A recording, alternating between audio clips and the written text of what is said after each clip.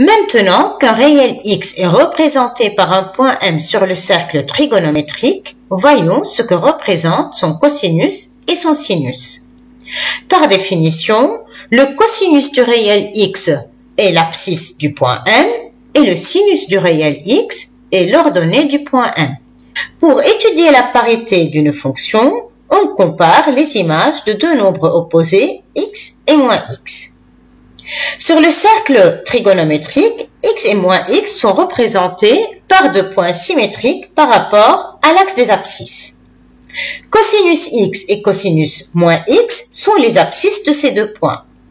Or, puisque ces deux points sont symétriques par rapport à l'axe des abscisses, leurs abscisses sont donc égales, donc cosinus de moins x égale à cosinus x.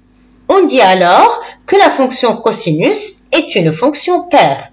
Une fonction est donc paire lorsque par cette fonction, les images de deux nombres opposés sont égales.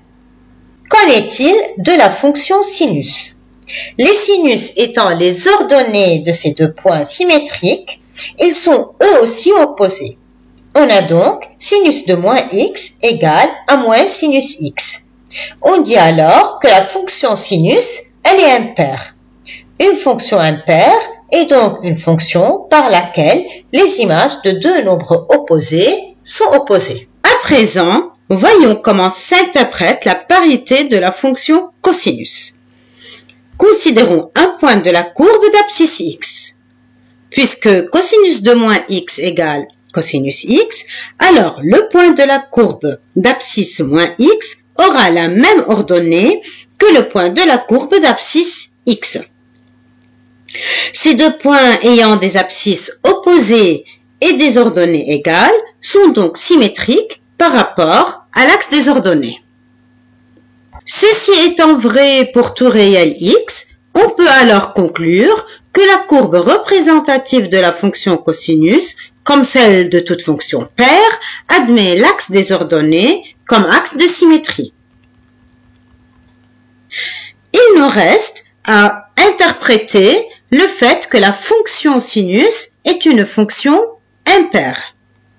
Pour cela, on va considérer sur la courbe représentative un point qui a comme abscisse x et comme ordonnée sinus x.